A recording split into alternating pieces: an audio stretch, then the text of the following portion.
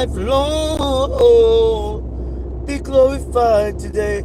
Hey, gentlemen, this is the Hero's Journey with Dr. D, and we are in damn streets. Despite the current situation, things that I'm experiencing at this current time, I am in great moods. I am in great moods. They're like what the song say. I do not look like what I've been through, what I'm going through. And I think it's important to not to ruminate on situations that have passed, but to meditate on things as they are, and how you and your proposal to move forward in situations. I think I'm really going to start on my I'm gonna do a deep dive in complex trauma.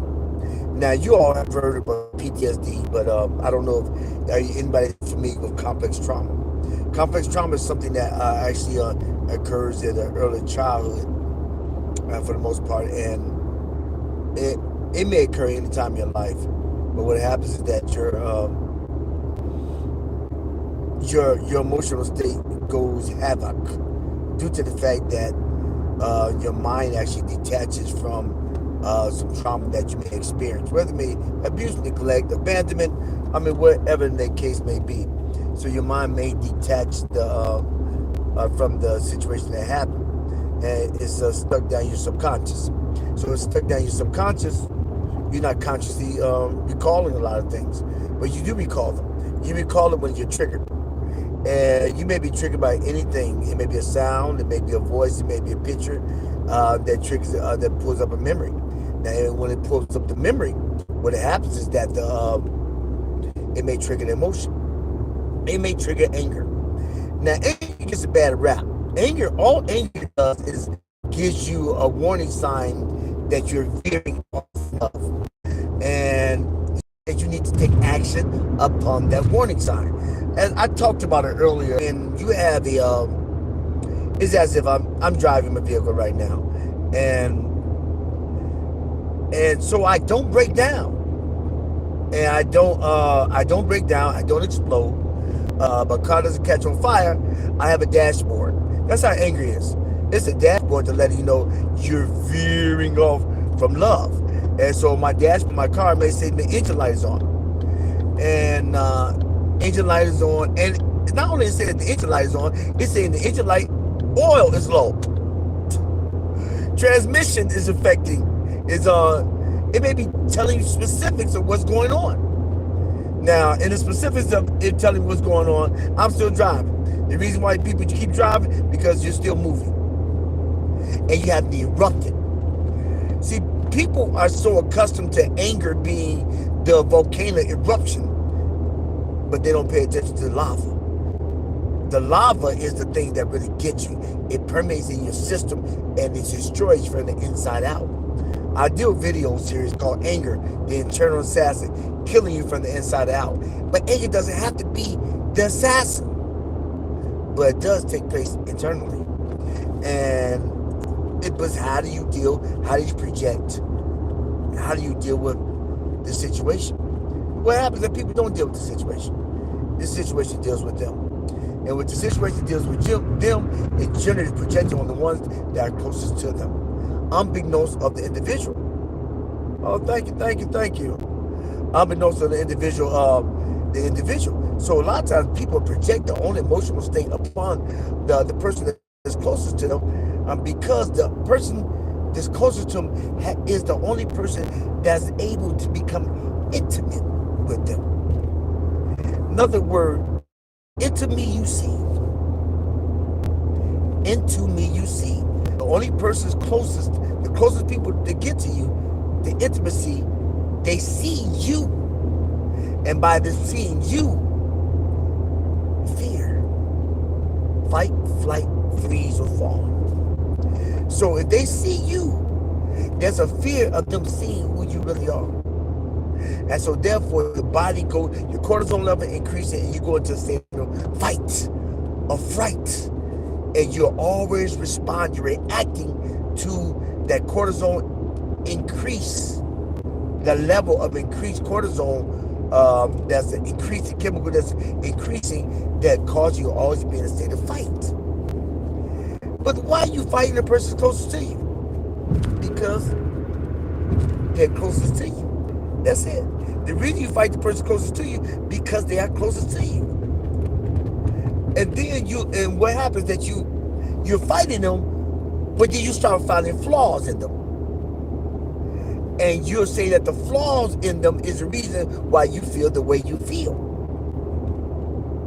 But it's not the reason why you feel the way you feel. The reason why you feel the way you feel is because you're not willing to do the work to get to the root of the core of your problem. It's just that the person closest to you, what they do, they highlight the imperfections, the trauma is exhumed.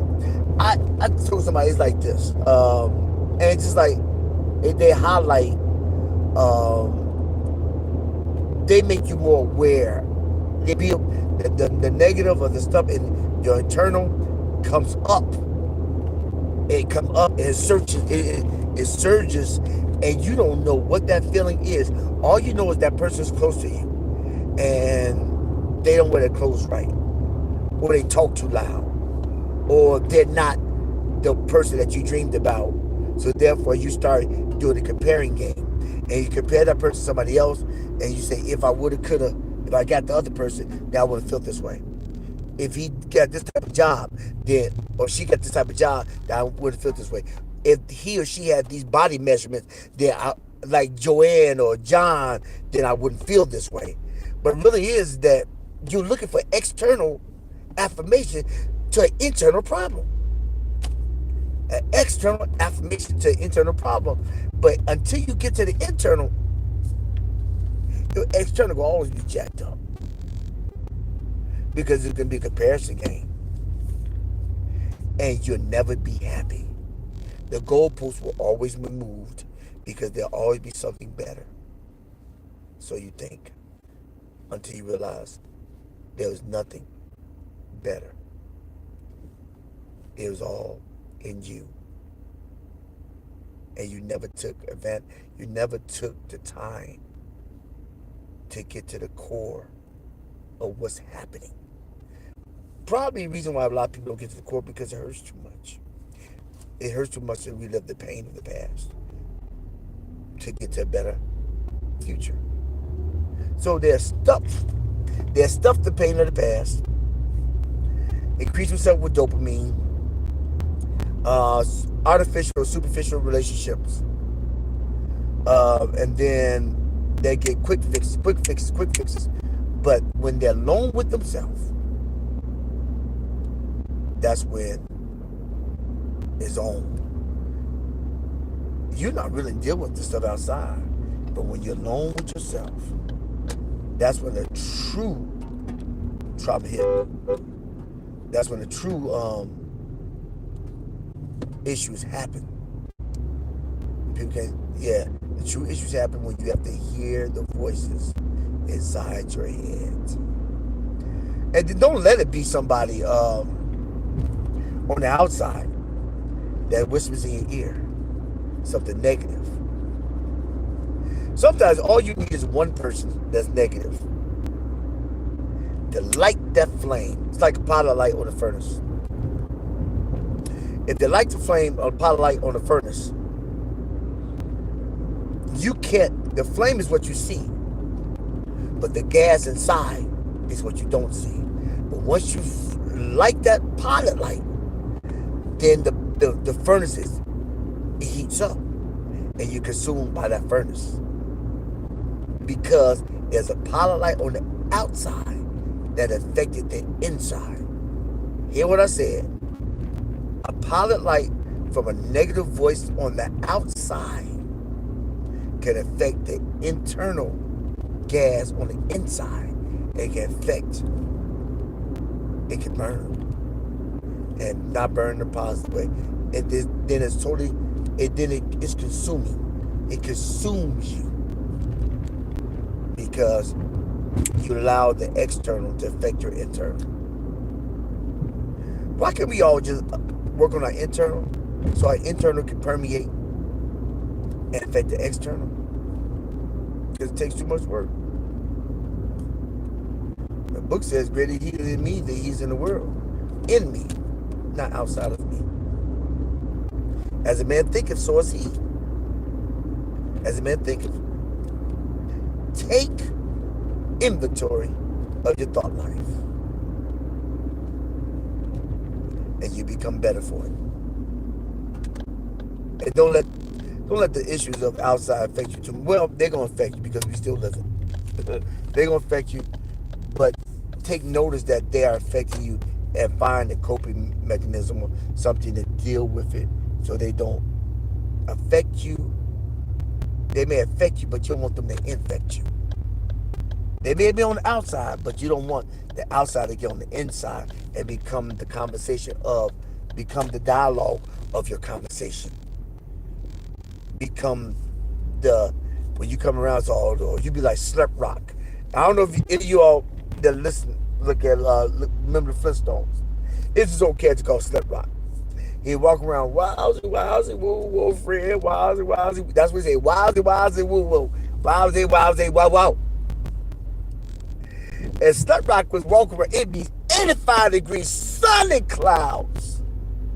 And Slurp Rock be walking around with a cloud. Can you say major depressive disorder? Yes, major depressive disorder. He walked out in a perpetual state of depression. Light be over here, but he be walking around with darkness on, because he lived in depression. Has anybody ever walked into your life that the whole room was full of joy, but they walked in and then the energy level just dimmed down? That's a person that's not willing to deal with their issues. Some people don't know how to deal with the issues. Some people, forgive me, some people know how, and some people don't want to know how. They just want everything to be happy, happy, happy, happy, happy, happy. And it can't be happy once you deal with the issues. Everybody is not the igniter of your pain. Is it possible that you ignite your own pain? Those are things that make you go, So check it out. That's me. I don't know what I was talking about. Complex trauma.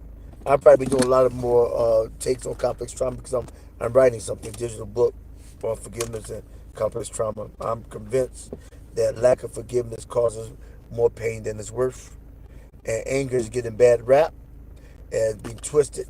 It's been twisted and shifted to increase its cortisol levels, killing people internally, and affecting their relationships and the quality of life. So let's get a hold of our emotions, people. Help the emotional intelligence, and control your emotions, so your emotions don't control you.